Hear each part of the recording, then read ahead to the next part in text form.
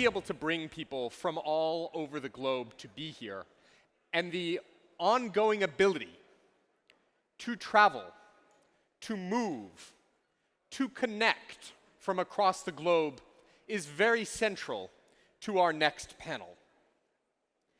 Envisioning the future of sustainable tourism and mobility in the post-COVID era. In this panel, we'll be exploring how the travel industry can adapt to an ever-changing landscape and address the challenges of environment and mobility in a post-COVID world. We'll unpack insights from game-changing companies that are innovating at the cutting edge of these challenges, and along the way, we'll examine how shifts in technology, consumption, and geopolitics are reshaping the landscape and future of these industries. We'll begin with a session of a very special fireside chat moderated by Elena Lee, Senior Vice President at CNN International. Elena is one of the network's most senior executives outside of the United States and won for CNN its latest Emmy Award for Outstanding Hard News Feature Story. Please welcome Elena Lee to the stage.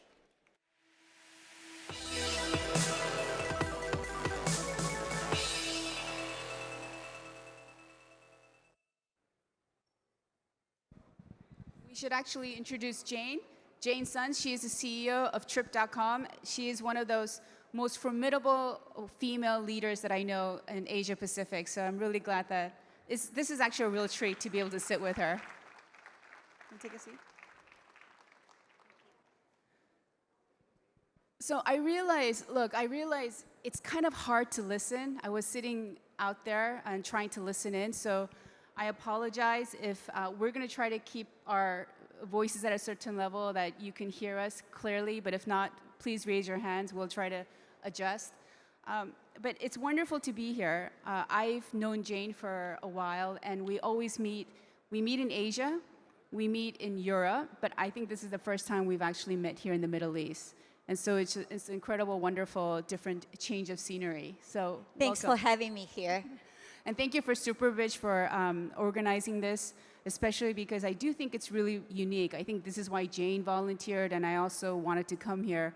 There's been so much discussion between the East and the West, or the Middle East and the West, but really we haven't had a really a platform where we can have sharing of ideas, sharing of people movement between Asia and the Middle East. So this is really, really wonderful to be here. So let me dive in. We're here to talk about sustainability and mobility across the region. I think for many of us who live in Shanghai and Hong Kong, we have only started to travel at the early part of this year. I know it's a different story for many of you here in the region, but it was a really, really difficult and tough time for us. I think during COVID, Jane, there might have been a sense of glimmer of hope that while it had to take a pandemic, that there would be a seismic change in the travel industry, that there would be a change in how we travel, more sustainably conscious, and that there will be a real deep change in travelers' behavior. But we have not yet finished one full year of travel industry since COVID has been lifted globally, and it turns out maybe we were a bit too optimistic. We now have emerged with revenge travel. We have easily fallen into our old habits and ways. But I'd love to get your perspective for someone who's lived through lockdowns, living through COVID, and now re-engaging with global travel. What have we learned from those COVID years, specifically from and any of the major trends that you see post-COVID? Sure. The past 3 years has been very challenging because we have been locked down to prevent the spread of the disease. However, after the restriction is lifted, only 5 months after the restriction is lifted, the business in domestic China not only recovered to 2019 level, it far exceeded 2019 level by 50%. The second piece is the outbound business, which is to bring Chinese consumers from China to the rest of the world. And we look at both demand side and the supply side. The demand side already far exceeded 2019 level based on the search volume. However, on the supply side, we still have two major hurdles. The first one is the flight capacity. Majority of the countries only recovered to around 50%. The second one is the visa application. A lot of countries, including European Union, United States, can take all the way to 6 months for the visa to be approved. However, in this region, Dubai is doing very well because it offers visa upon arrival. They also double the plane capacity. So we are bringing thousands of customers to this region. And in terms of the, I mentioned a bit about while we were during COVID, everyone talked about potentially we would be picking up sustainable habits when it came to travel. Do you see any of that? Or do you feel like we're too optimistic and it was maybe a pipe dream? I think I'm very optimistic because the new generation is very eco-friendly and they want to really travel with sustainability in mind. So we promote three concepts: reduce, reuse, recycle.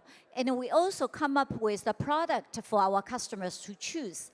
For example, we have Green Hotel, which use solar panel on the roof to reduce the usage of carbon.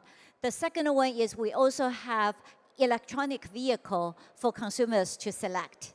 The third one is for plane, we give the option so customers can choose the made of the year, the type of the plane which emit the least. So I'm optimistic that the new generation really will bring us to the new heights. And recently I was in France and some luxury brands was promoting the concept by telling us that fashion can be green. However, our young generation questioned, can we reverse it? Can we create a fashion called green can be fashion? So I'm very positive that the young generation will bring us to new heights. Can you give us a sense, because your business is largely in China, although it is quite global, and you get impressive data points on a daily basis. What does today's Chinese traveler look like? I remember when I spoke to you during pre-COVID, for example, your team came up with a very innovative idea.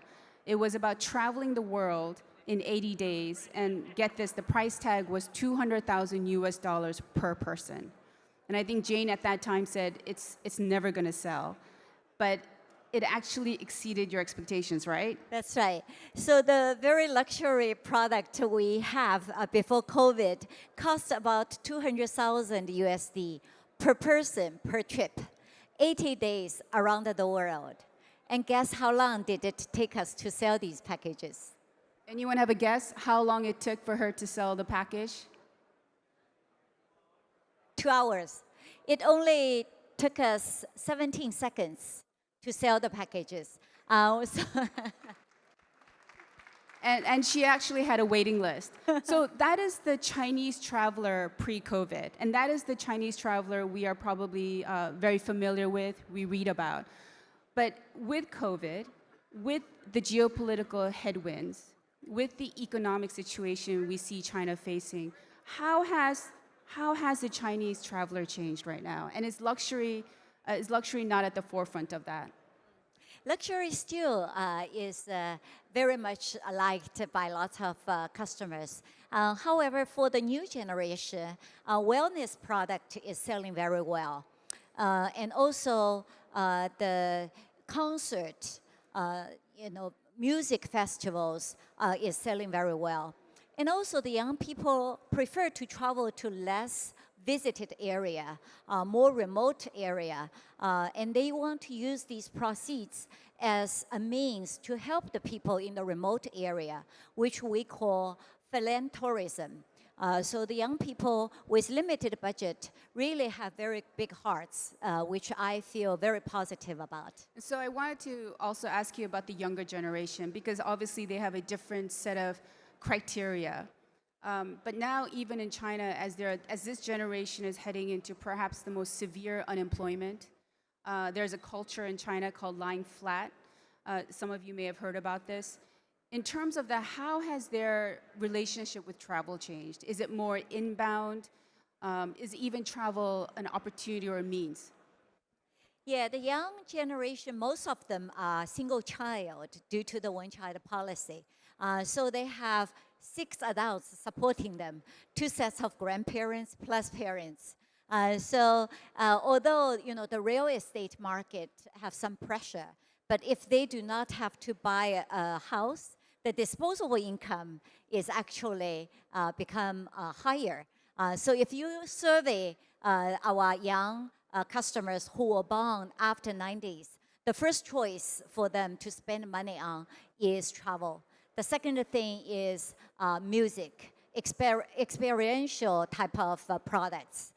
So the disposable income really help us to drive the travel volume for young people. But when they're having to make these decisions on very strict circumstances that they're faced with, just how much of a conscientious effort do they make when it comes to making decisions on sustainability? Yeah, the sustainable product may not be more expensive.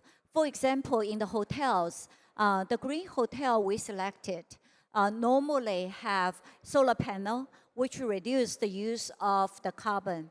And they choose not to wash towels every day. They don't need to, change the brushes every day. So in a way, these hotels can do well and do good by reducing the usage of these expenses, but meanwhile contribute to the green initiatives. So for us, it's not totally more expensive. On the flight, though, we need to encourage people to choose the plane which was made for more efficiency. And a lot of customers, particularly the young people and business travelers, are buying credits to offset it.